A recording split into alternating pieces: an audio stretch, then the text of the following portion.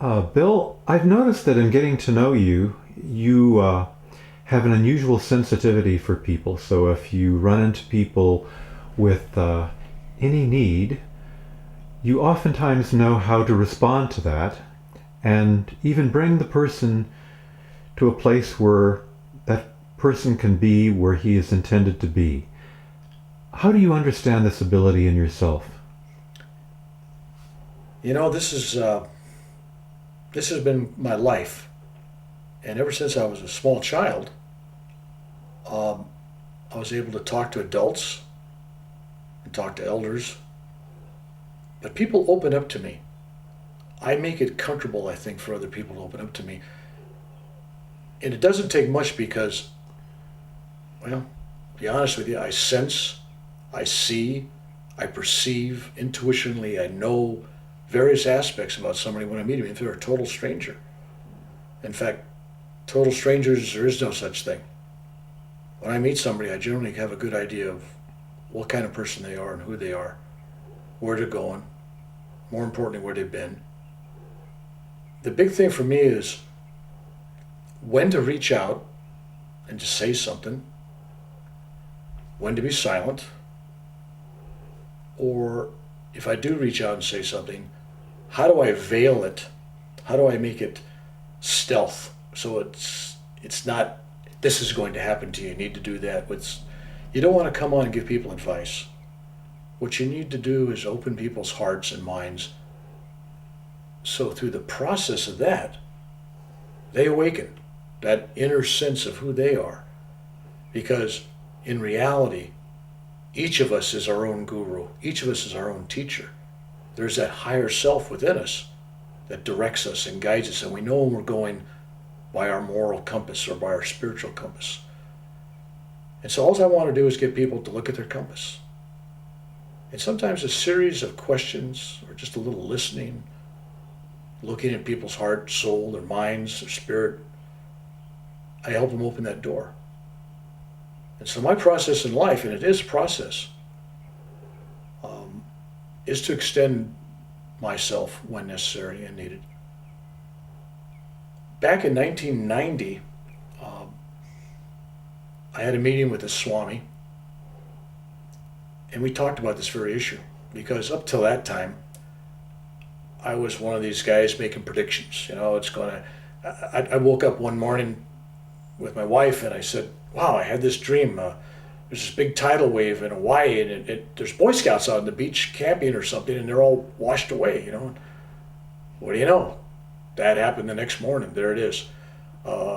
Airplane crashes. I'd tell people about, and it was an airplane crash, or assassinations, and then people's personal life. I'd say, blah blah blah blah is going to happen, and it would. Unfortunately, that was great entertainment. But how did it help anybody? Did it prevent anything? It's like in Vietnam, I knew who was going to be shot, who was going to be killed, who was going to be wounded, what airplanes were going to crash, what helicopters were going down, and I was unable to stop it. For others, it wasn't my place in history or time to interfere with their destinies. So that was a hard lesson. When to open up and to tell somebody something. When to get involved.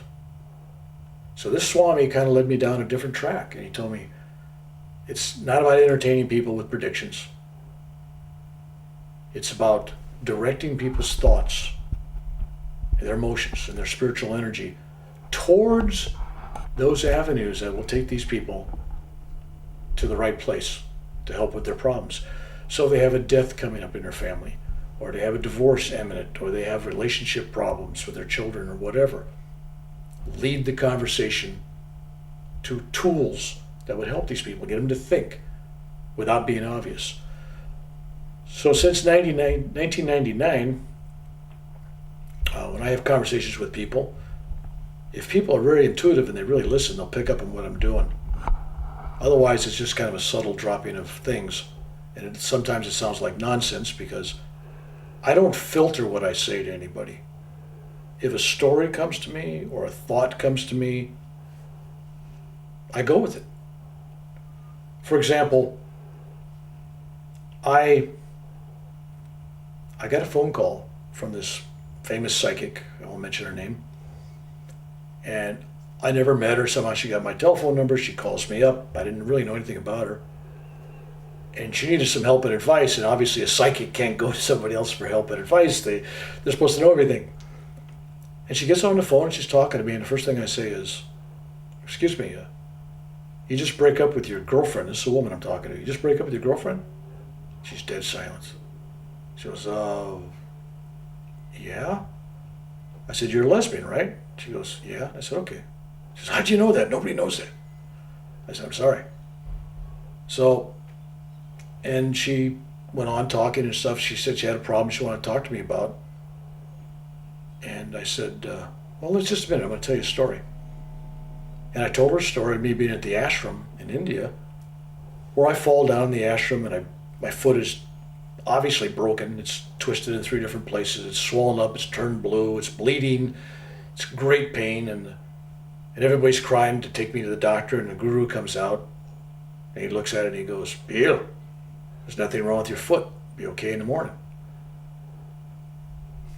And then when his wife came out to ask me how my foot was because it looked terrible, I said, well, your husband just told me there's nothing wrong with my foot. And the first time I met him, he told me that he could only tell the truth. So if there's nothing wrong with my foot, then there's nothing wrong with my foot. So I put my sandals on, and the foot straightened out, stopped bleeding, pain went away, swelling went down, and it got its normal color back. So I was so excited. The next day I'm seeing the guru walking across the ashram, and I go up to him and I go, Gurnav, thank you for healing my foot. And he goes, I did not heal your foot. Your belief in my words healed your foot. So that's the story I told this woman. Out of the blue, not thinking like, why am I telling her this story? Here she is getting ready to tell me what her problem is, that she needs help. And I'm telling her this dumb story about the ashram about a broken foot. And then all of a sudden she's real quiet. She says, I got to go. She hung up on me. I go, well, okay, I go with the story that I felt I should tell, so I didn't question it. Several days later, I get a call. And she goes, Mr. McDonald, I just want to tell you that when you told me that story about believing your guru's words, I took those words as coming straight from his lips to yours. And the day before I called you, I broke my foot. It was in a solid cast. And after talking to you, I took a knife and I cut the cast off. I've been walking 3 days, and it's no longer broken. Now, I would have never given her that advice. I mean, I would have never told her, go cut your cast off. Nor could I tell you, oh, she has a broken foot. I know she has a broken foot, and so I'm going to tell her this story to inspire her. No, that thought process doesn't go on. It's just that I am so open of a channel that I just open my mouth and it comes out. And that happened to be the exact story she needed to hear. And it did affect her. And so her beliefs in the words of my guru to me healed her, which is a huge, huge thing. Because when it comes to healings, and I've been involved in some on the receiving end and on the giving end. And I'm telling you that all healing, physical, mental, and spiritual,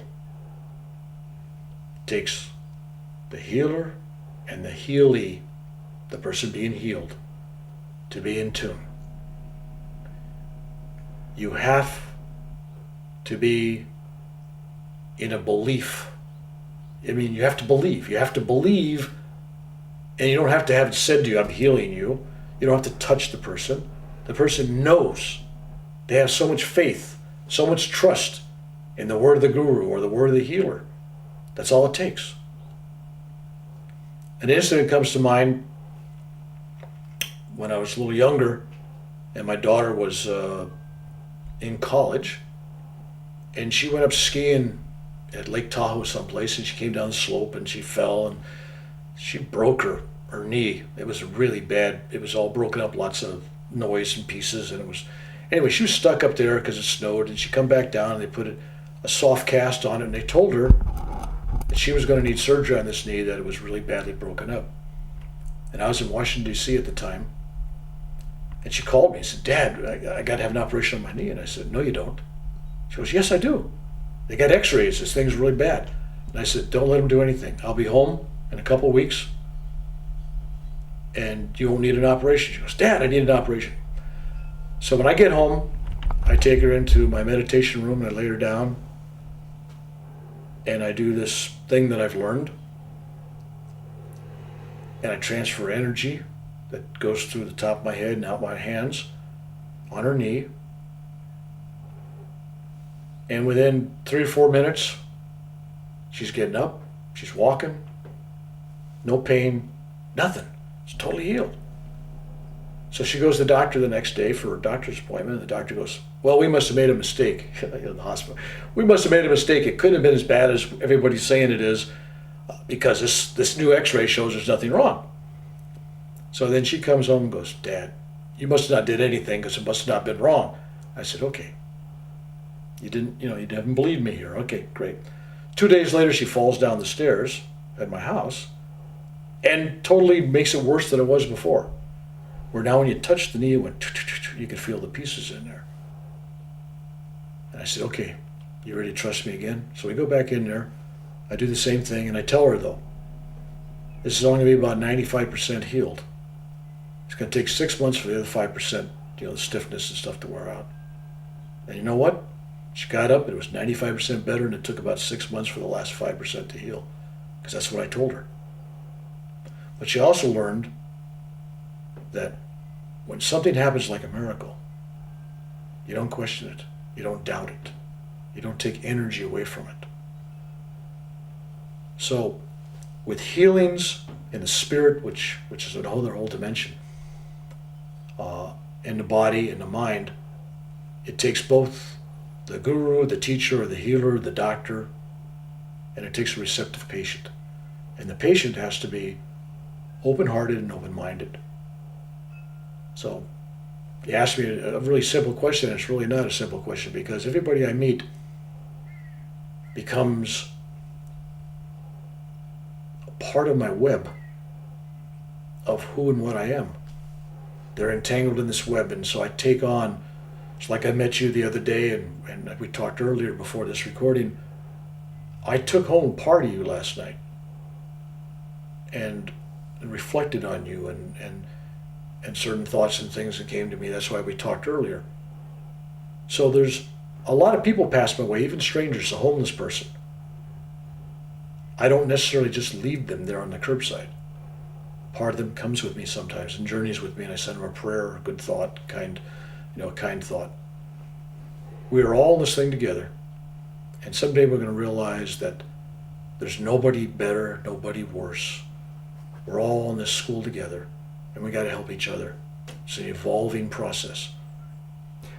Bill, you have this ability to be able to zero in on where people are coming from and what they need. Have you had experiences in your life that have quickened this ability, that have enhanced it so that you are better able to help people? Yeah, actually, two parts to that. Number one, meditation. And I mean deep meditation. Kriya Yoga or whatever technique you want to use. Meditation, calming the mind and focusing is essential to have deeper, more meaningful intuition. And those people that are trying to develop it, if they're watching this film and they want to develop their own intuition, you start first by your search for God. Search within, search yourself, search your heart, search your soul. And when you start that journey, all of a sudden these other things evolve. It's not meditating to be able to do that. It's just a byproduct. But when I was in Vietnam, where there was a life and death situations facing you all the time, my senses were on an alarming state of aware. I mean, it was totally there. And I was 100% trusting. So much so that there was an incident that happened in Vietnam in 1967, which I faced a court-martial. And I stood by my guns, and unfortunately, or fortunately, my gunner was going to do it with me. And I'll explain. Had a helicopter. We're going up with a new pilot. Guy just came in from Germany. He was a West Point graduate. Very intelligent, materialistic man. He was in charge. It's his way or no way. He's an officer. We're enlisted men. and he's not taking any advice from anybody. And we're flying. He's there the first couple weeks in country, and we're flying not down along the earth, along the treetop levels where it's safe. He's flying up high enough where he could see the points of navigation, which makes you a target. And so he's up there flying around, and he looks down in this area. It was a free fire zone, meaning anything down there we thought was a target we could fire at. And he sees this parade, basically. This looked like troops, looked like 30-something troops marching down the road with the guy in the front. And they looked like they all had guns or weapons on their shoulders. All wearing black pajamas. And he goes, Mac, McDonald, Mac. He says, get your machine gun. There's VC down there. Shoot him. So I turned my machine gun around, and when I looked at him, my intuitive sense says, no. And I took my hands off my gun. I go, no. I'm not firing. Those aren't VC. Something's wrong. That's not VC. And so he says, I'm giving you a direct order. This is combat. You're in a combat zone. I'm an officer, and I'm telling you, fire. And I said, no. He says, well, you're facing a court-martial if you disobey my direct order. And I said, you do whatever you got to do, sir, but those aren't what you think they are. I know this. And so then he asked the gunner on the other side of the helicopter. He turned around and he says, okay, you fire at him. And this was really heavy because by this time I had a reputation in Vietnam of being the psychic, the predictor and everything. And the gunner on the other side goes, Major, I've been with McDonald long enough. He says his feelings are such and such. I follow him. He's saying those aren't VC. I'm not firing my weapon. And now the guy goes crazy and he's going, do you realize, he says, well, there's two of you, two people not following direct order. That's mutiny. You guys are facing life in jail or firing squad. He says, I'm bringing charges on you guys. And I said, why don't you just take a pass down there, lower. I'll have my machine gun. If they're the bad guys, they'll shoot at me, I'll shoot back. We'll find out. So he went down there. And it wasn't Viet Cong, wasn't the enemy, and those weren't guns.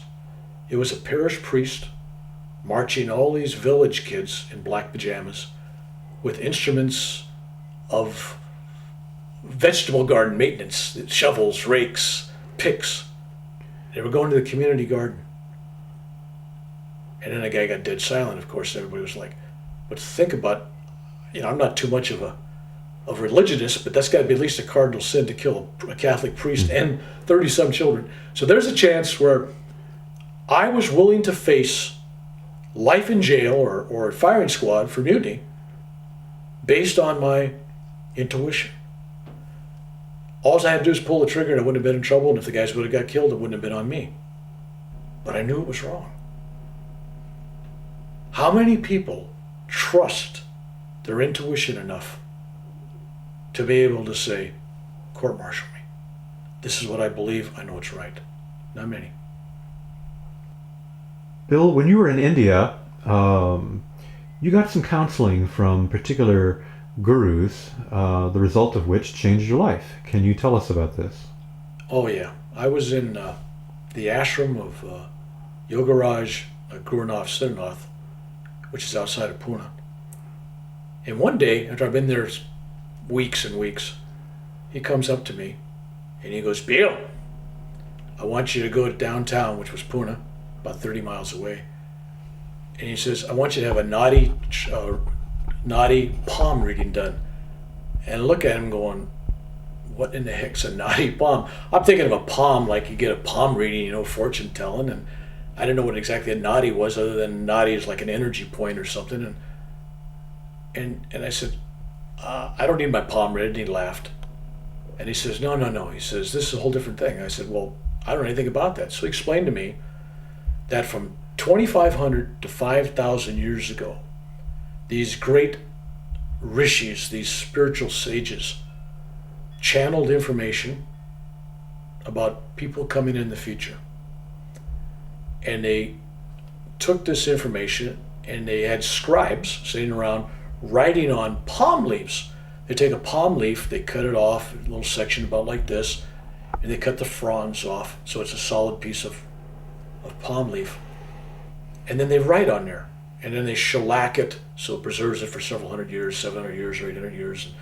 And I guess as they deteriorate, somebody may redo them. And so these things are kept in a library. And the library used to be at an ashram or a temple, actually more of a palace in southern India. And there was a fire there in the library and destroyed some of them. And some were actually taken and stolen by British troops, taking them back to England because they thought they looked neat. So there was a lot left, but there was a danger that they were going to disappear. So they decided to spread them out. I believe there's like 12 to 20 different places in India where you can find these located. They took and they spread the wealth out so that they never could all burn up. And it's said that if you have one of these, if you're destined to have one of these, you will find the right place to go, and they'll find it. And I thought, okay, great, that's interesting. And I said, no, I don't really want to go. I don't need that. I don't believe in it. And he says, it's not a matter of belief. He says, yours is true. You go. And I said, well, he says, no, you go. So I go, and I find this little place, and I go inside, and it's not filed by name, or you give them your thumbprint. A man, you use your right thumbprint. For a woman, your left thumbprint. And apparently there's 108 different indentations and lines or swirls or something. Like kind of like a horoscope, you got like 12 charts. Well, this you got like 108 possibilities. And then it breaks down further from there. And apparently they file these palm leaves by the thumbprint. And they got tens of thousands of them in this place. Hundreds of thousands of them in India. Maybe 1 million or 2. And so I was a little dubious. I put my thumbprint down, and about an hour and a half later, guy comes and gets me. He goes, can you come? I said, okay. So I'm thinking it's like a mentalist act in Vegas. So I don't want to give him any clues. I didn't have any wedding rings. I didn't talk about anything. I didn't tell him my name. And he says, I'm going to ask you a series of questions. It's either yes or no. And if it's no, then that leaf is not yours, and we go to the next leaf. And he brings this stack out of about 20 leaves. They're strung together with string, so it looks like a Venetian blind. I had no clue what it was. And he opens up and he goes through about 7 of these, and the questions they're close. It was close. And finally on the 7th leaf, he goes, this one, I believe, is you. And he says, just answer yes or no the following questions. I said, okay. First question, your name is 4 letters long. I said, yes. Your name starts with B. I said, yes. He says, your name is Bill. Yes. He says, your father's name was exactly the same as yours. I'm Junior. Yes, exactly the same. He says, your mother's name was Marcella, and he mispronounced it because the Indians didn't know exactly how to say it. But I saw the palm leaf that he was reading, and it was written in English next to all these Indian words, and it was really old. But it said Marcella, and I go, wow, that's pretty good. And he goes, and both your parents are dead, at least 2 decades, and I go, yes. And he asked me a whole bunch of other questions, yes. And then he finally goes, and you're married? And I go, yes. And your wife's name is Carol, C-A-R-O-L. He spelled it out for me, and I go, yes. And I'm going, wait a minute, how would they know that? And then he says, and she's got a degree in psychology or social work or something like that. And I go, yes. And you have 2 children, a boy, older boy, and a younger one's a girl. I go, yes. He says, they're both married, they both have children. I go, yes. And then he goes, and your birth date is March 16th, 1946. I'm going, what? What? I go, that's a pretty darn good guess. I mean, I go, wow, man, March. And then he went through a whole series of more, about 30-something questions after that. And it was yes, yes, yes, yes, yes. And then he says, and now I got a question to ask you that will tell you that this was the right time to come in and get this chart done. I said, okay. And he says, you recently worked on a movie, but not as an actor. And then he says, now obviously there wasn't movies back then. He says, that's my intuitive interpretation, because it's written like a play or something. He says, but my interpretation is a movie. And I said, yes. Because just 3 weeks before that, I rewrote a screenplay, an ending, for a film called The Trooper. And nobody knew that, except a handful of people. And certainly nobody in India knew about it. And it just happened. If I'd been in to get this reading the year before, it would have been meaningless. If I'd came in a year later, it would have been meaningless. So I said, wow. So he goes through a few more things, yeah, blah, blah, blah. And then you write books, yes. You write nonfiction books, you write spiritual books, yes. And then he got done. So I reached in, I got my wallet, and I was going to pay him for the reading. And he goes, no. That's not your reading. That is just the index card. Now we're going to go do your reading. Now we know who you are, and we'll pull up all the charts. So by this time, I'm kind of impressed. I'm going, wow, okay, that's interesting. So about 4 or 5 hours later, they call me upstairs, and I got two guys doing a reading, an interpreter. And they go through the basic questions they went through again, and they go, okay, we've done your chart. Here's what it says about you. It says, first off, we go back to a significant past life, not necessarily your last past life, but a significant life that leads you to where you're at today and why you're having issues today and why you're connected to that life. I said, okay. He says, now I'm cautioning you as well, when we go back to this past life, we're also going to reveal to you your worst sin. And I'm going, my worst sin? Yeah, okay, your worst sin. I said, okay. So he goes back and he finds that in a previous lifetime I was on what's now called Sri Lanka, and I was in charge of an ashram that belonged to my guru, and everything was really going well there, and I was a good mind, I was kind-hearted, I was spiritual, and I had an impure thought. I fell in love with a woman, a married woman, and that impure thought, the guru zapped my mind and sent me out of the ashram for having an impure thought, where I wandered, they couldn't tell how long, but eventually I ended up the last moments of my life, I'm in the Ganges River, bathing, and I come up out of the river, and there's a blaze of light there. It's Lord Shiva. And you can't see Lord Shiva, still be alive, obviously, and I'm a rainbow of light, and this rainbow zaps into this blaze of light in front of me, and that's how I end that life, and that's what it explains to me. And then I'm going, wow, that's really weird.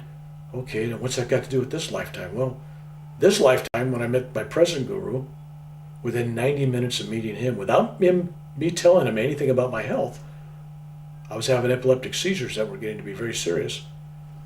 He healed me without me asking him. And so that was a connection. So I said, okay, that's interesting.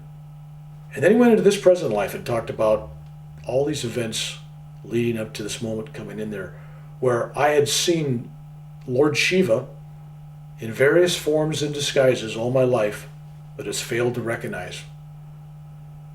And that from this moment on, that I would now be able to recognize Lord Shiva, and that I would have open communication. I go, okay.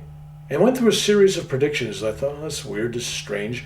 But they went through my mission in life, my purpose in life, why I was here. And one of the things I was told is, in spite of the dangers to my own ego from telling my spiritual stories and tales, that I was supposed to do that was my mission and purpose in life, was to inspire others to find God, to inspire others to find my guru, to inspire others to find Shiva or God in their own form. But my job was to move people spiritually through my books, through my talks, and through my friendships with people. And that even though it goes against the grain for humility and all these other things, that I was supposed to do this, that this was my purpose. Okay, great. And then it told me a couple other things. It told me about finding this church, this temple, Shiva temple in southern India, henceforth a few years. And when I got to that temple, and I named the temple, that I would just start walking 4 hours uphill. And when I got to the top of this hill, there would be all the rishis waiting for me, sitting on rocks and logs and stuff, and I would join them in this little circle, and that knowledge would be imparted or reawakened in me And I'd no longer have to ask questions. They'd be within, I'd have my own answers. And then went on and bought some more stuff on it. And I thought, no, that's interesting. Okay. And then it said, and there's a time come when you're going to be sitting or standing, and Lord Shiva will be pouring oil and water on your head and blessing you on your forehead. And I thought, okay, that's interesting. And there was a bunch of other predictions they made, including when, where, and how I'm going to die. And they told me they don't normally tell that to people because most people can't handle it, but basically I was told, and whatever form of death I have, that I would leave the same way I've left every lifetime they could go back on these charts to look at, and that is apparently every lifetime I leave in a rainbow body and volunteer to come back for whatever reasons. Another whole story. So I said, okay, that's great. So that was a reading, and I left there trying to wonder what it was all about. And then I had a heart attack several years later in India, went home and had this big operation, open heart surgery in Sacramento. And when they tore open my chest and they stopped my heart, they cool you down. And I'm on a heart-lung machine. I'm not breathing. My heart's not beating. I'm being totally kept alive artificially while they're doing all this grafting of arteries. And while I'm under, I am like in India. I'm in southern India, and I find myself at this Shiva temple. I mean, it's not like a dream, a daydream. It's like I'm there. I'm at the Shiva temple. It's like real. And so what do? There's uphill. I'm walking 4 hours uphill. This operation's taking about 8 hours. So I'm walking 4 hours uphill while they're operating on me. And I reach this place, this field where all these rishis are sitting, waiting for me. There's a little fire. And my guru's there too. And I'm greeted. And they exchange information, and I'm given knowledge or reawakened or whatever, and all this stuff is going on. And then there's this beautiful feminine voice. Very seductive. I mean, in a spiritual way. And it was very tender, and it says, Bill, all you got to do is give up your heart. Just give up. You don't owe anybody anything. You've done enough. You've served. You had your purpose. You don't need this pain. Stop breathing. Let go. Come on over. We wait for you with peace and joy and bliss. And I'm going, wow, that's a good offer. I like that. And then my guru stands up and goes, Bill, you have more pain and suffering. I want you to stick around. I got stuff for you to do. And I'm going, what? You're promising me pain and suffering? And he goes, it's your dharma. You got to teach people how to handle pain. And you got to have more pain. And I go, and then he looks at me and he just folds his arms and he goes, don't give up heart. You can skip a beat, but don't give up heart. So I kept getting this lecture. And then I see faces of people in the future that I'm going to meet. People that I keep meeting. And I kind of know that these people I'm going to meet in the future are people that have been waiting for me. They don't know it, but at a higher level they do. And I'm supposed to give them some piece of themselves, some information, a key part of the puzzle they're missing, awaken something within them without calling it too big attention to them. So I go, okay. So I come out of the surgery and I'm in bad shape. It's 10 days. I'm fighting death.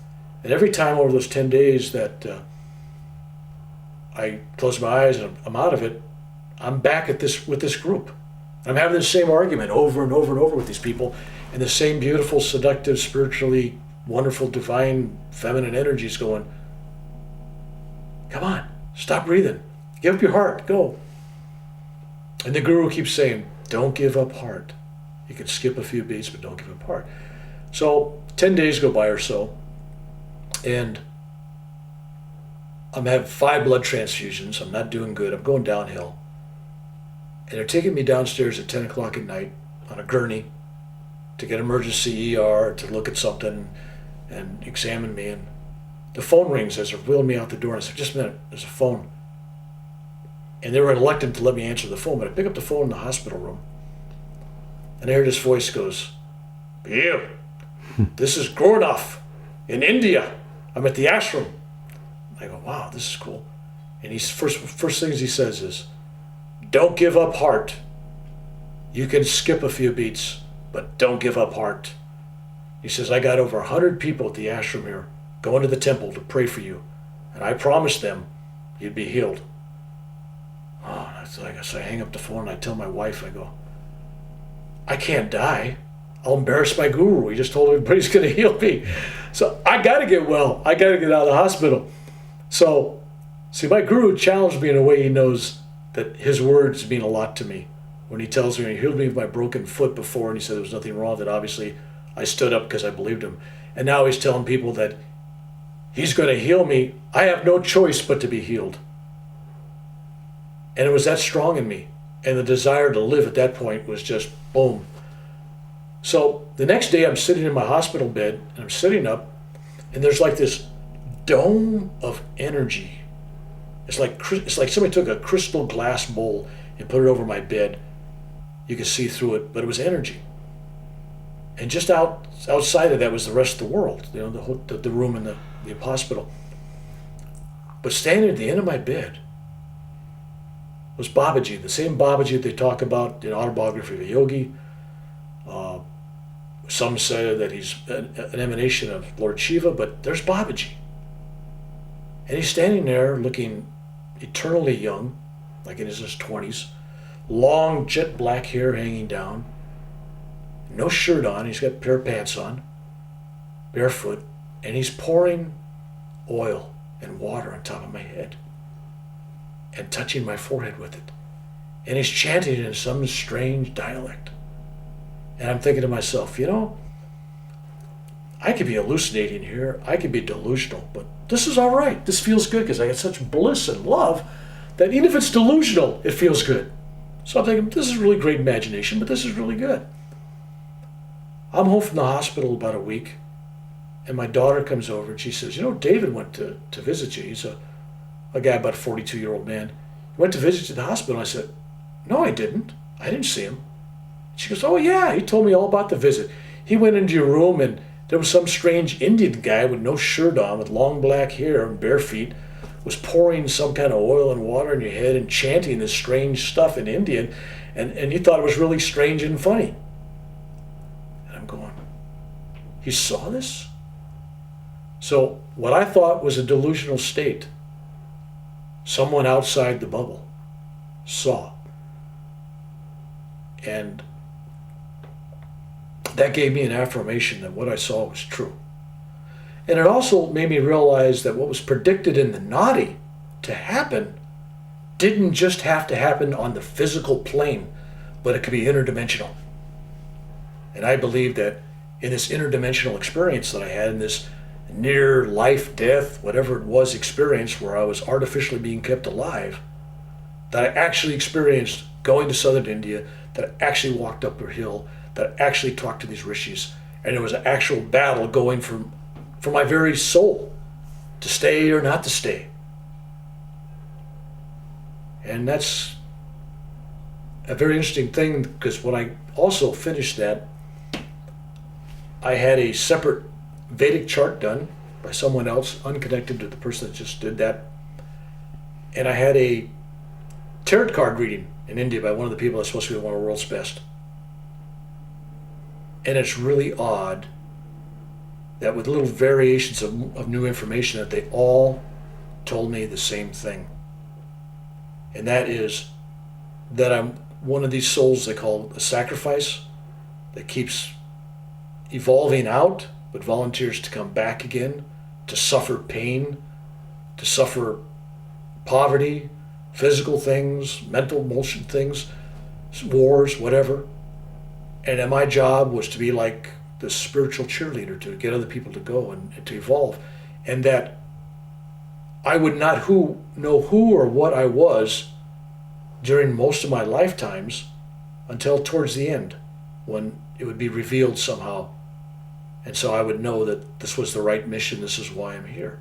Now, it's interesting that 3 different sources said that. Now, you and I watching this, and we got to say, how do we know that's true? We don't. It could all be just a beautiful story. But it's interesting that they all gave me the same beautiful story. I don't know what the facts are. All I know is I was told these things, and if it's true, it's most interesting and profound, and it's changed the way I look at my life. Bill, you said that you were given an experience of God, or you have an experience of God.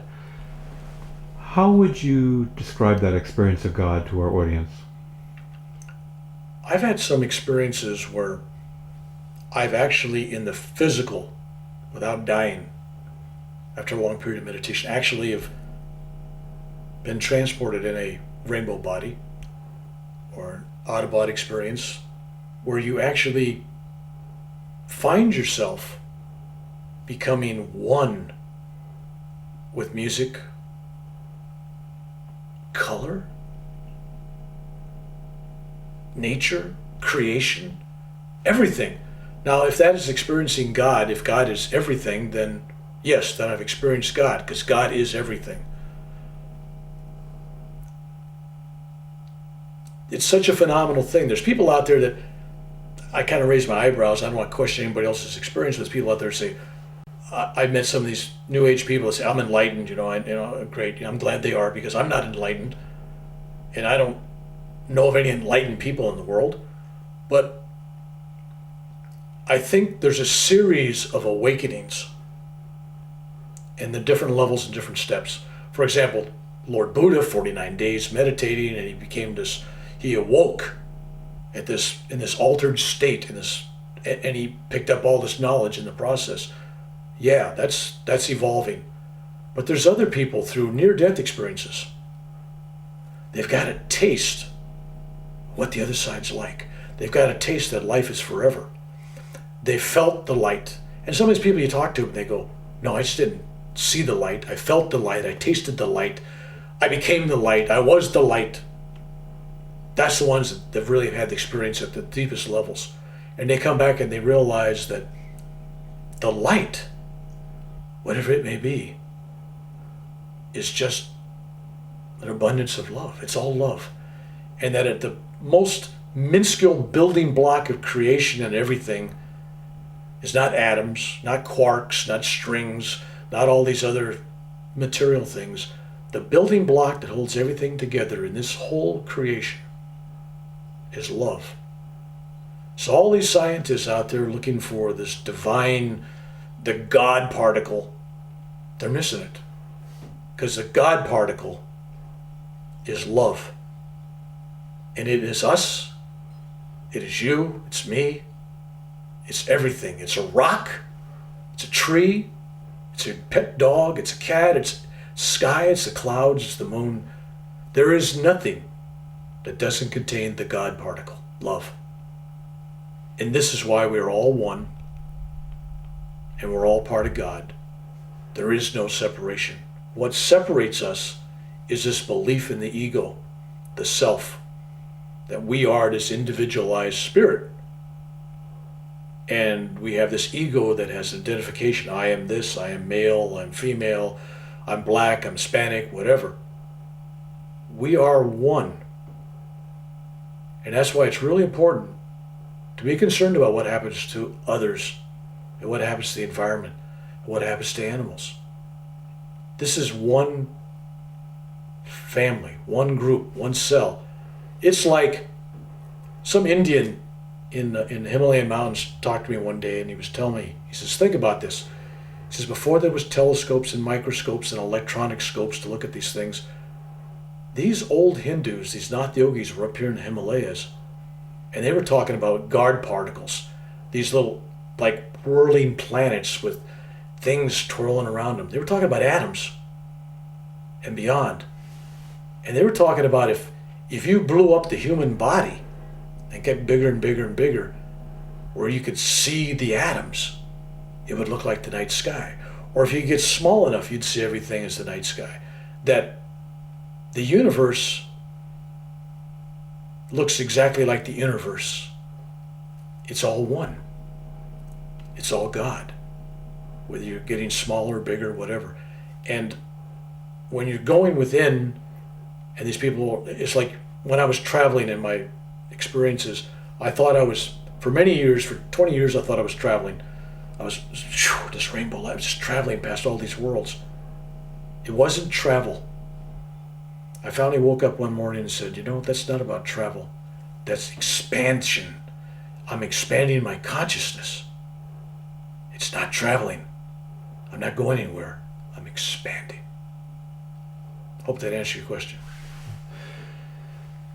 Bill, if it's considered compassionate to reduce the sufferings of others, isn't it also equally compassionate to refuse suffering in yourself?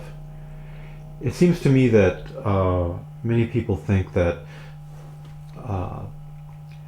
it's somehow conducive to growth to accept suffering in oneself on the spiritual path. Isn't it more conducive to development to say no to suffering on the spiritual path? You've hit on a spiritual truth there. There's a lot involved in this. Okay, first off, suffering is a choice. Pain sometimes is not. And if you're sick, ill, have an injury, go seek medical care. Do what you're supposed to do. The body, take care of the body, do whatever you got to do for the body. If you have mental issues, go take care of whatever you got to do for the mental. If you have spiritual issues, go see the guru or the priest, take care of that. You are a human being, and you're given a body, and you're given a soul, and you're given a mind. Take care of it, all right? Now, in my particular case, I was told to come back, I had more pain. And why was I having more pain? Because previously, when things happened to me in my life, and I've got many stories that I could talk about, but when things happened to me, I would get this great blessing and bliss, and I wouldn't have to take any pain medicine, pain would be gone. I handled it, and I'd tell people these great stories about all that. And I was told in this experience I had on the operating table that how'd that help anybody? Because they could look at you and say, well, look, he had help from his guru, he had help from the divine, he had a miracle and he had no pain. Well, what does he know about my pain? How'd that inspire him? So I was basically told to accept the pain, to embrace my pain, and learn how to deal with it like a regular person would deal with it. And in doing that, I could then teach others on how to handle their pain. And I do that to people. There's some veterans and people come to me with physical pain and stuff, and I'm able to teach them techniques and methods and mental things and ways to do things to ease their pain, to put it out of their mind, kind of like elevator music. The music's playing, but you don't really pay attention to it. So there are techniques. Should we go out and suffer for God and some of these guys in India sticking things through their bodies and torturing themselves? No. And that's a qualified no. It's not necessary. You don't have to flog yourself like in the old days. No, God's not asking you to destroy your body or destroy your health. But by the same token, you can't go around if you're the healer and heal everybody. Because somebody comes and they have a disease. Why did they have the disease? Karma. Something in their past or their present has given them this issue of health. It's there to get rid of karma. It's also there to teach them something. Sometimes cancer will teach us to become more compassionate to others, more kind, because we know our days are numbered and we face life or death, and all of a sudden we realize that there's more to life than money and job. And we change and evolve because of this illness. So the illness was not a punishment, it was a teacher. And it came to us and we should embrace it. Now, I still tell that person, go to a doctor, do everything you got to do to make your body better. But for a healer, not a doctor, but for a healer to say, oh, I'm going to heal everybody that's sick, the healer is taking on the responsibility for that person's karma at that point in time. How's that person going to make out their karma? You healed somebody, you don't know what they're going to do with that extra time they got in their life. Are they going to do something good or bad? You as a healer are responsible. And you've also eliminated the opportunity for them to get rid of it and learn their lesson. So healing people, it has to be an inner thing.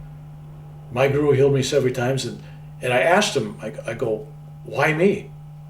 And he told me basically that he'd had to have an inner voice he'd have to be told.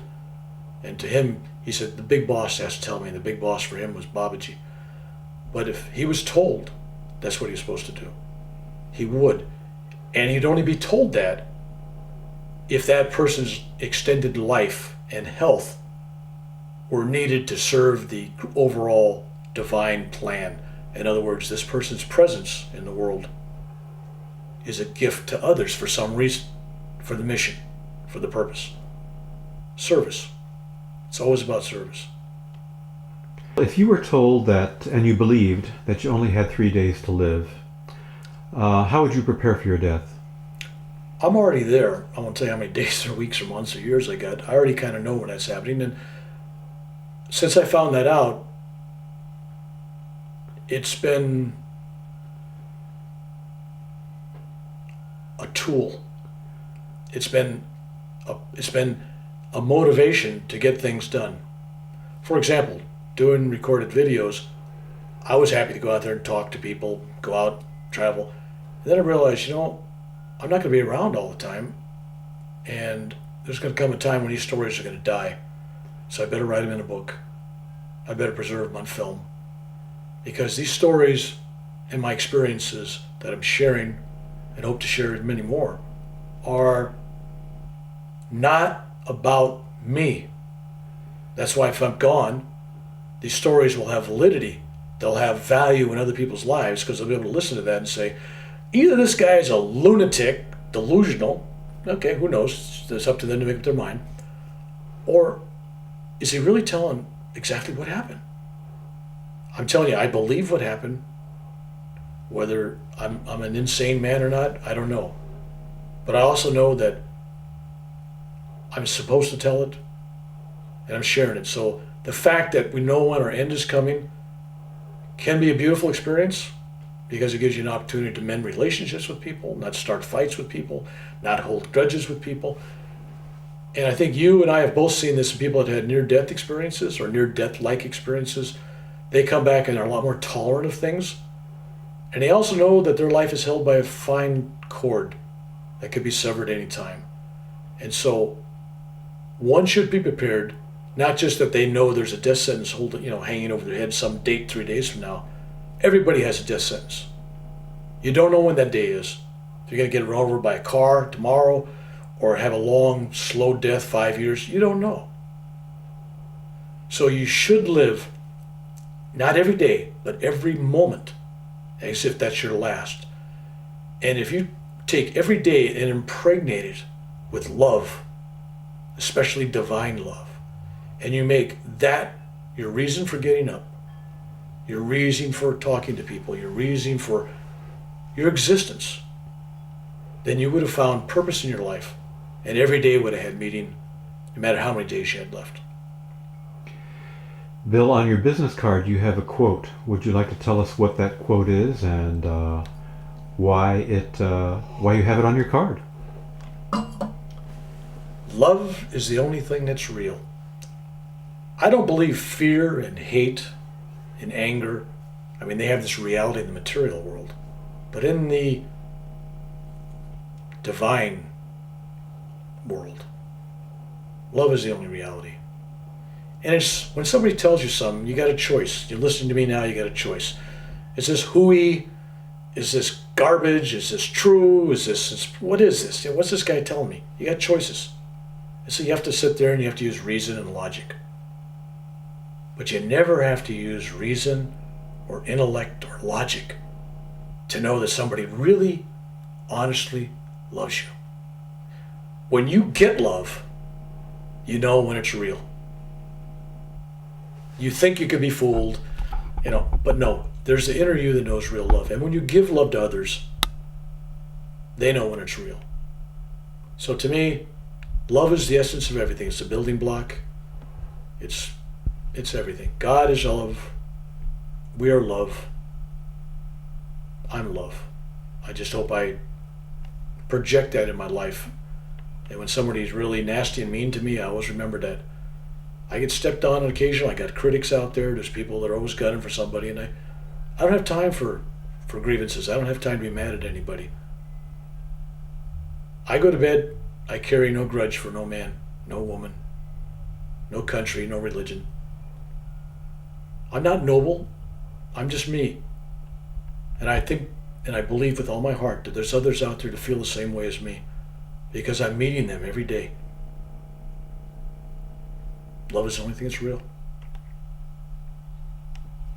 Bill, thank you so much. Thank you. God bless.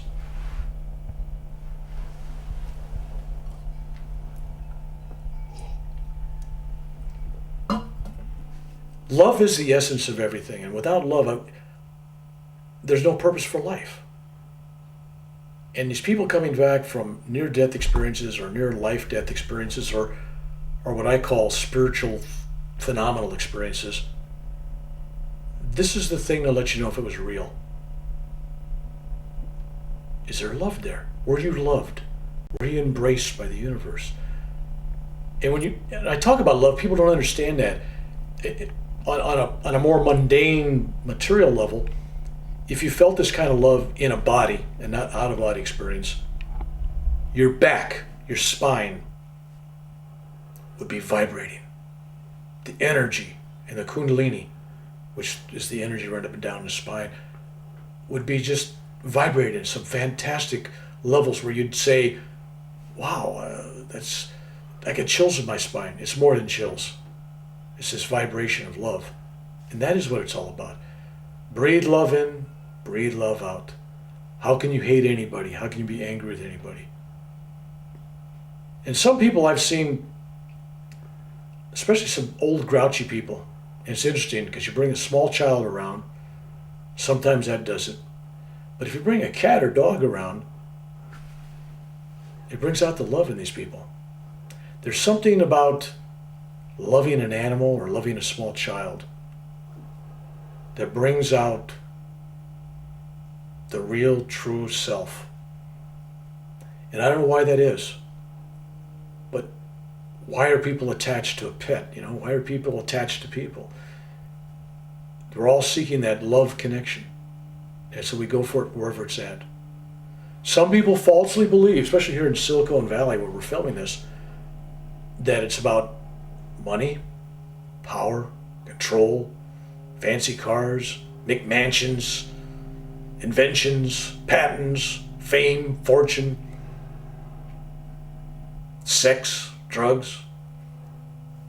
They are all seeking love, but they don't know that.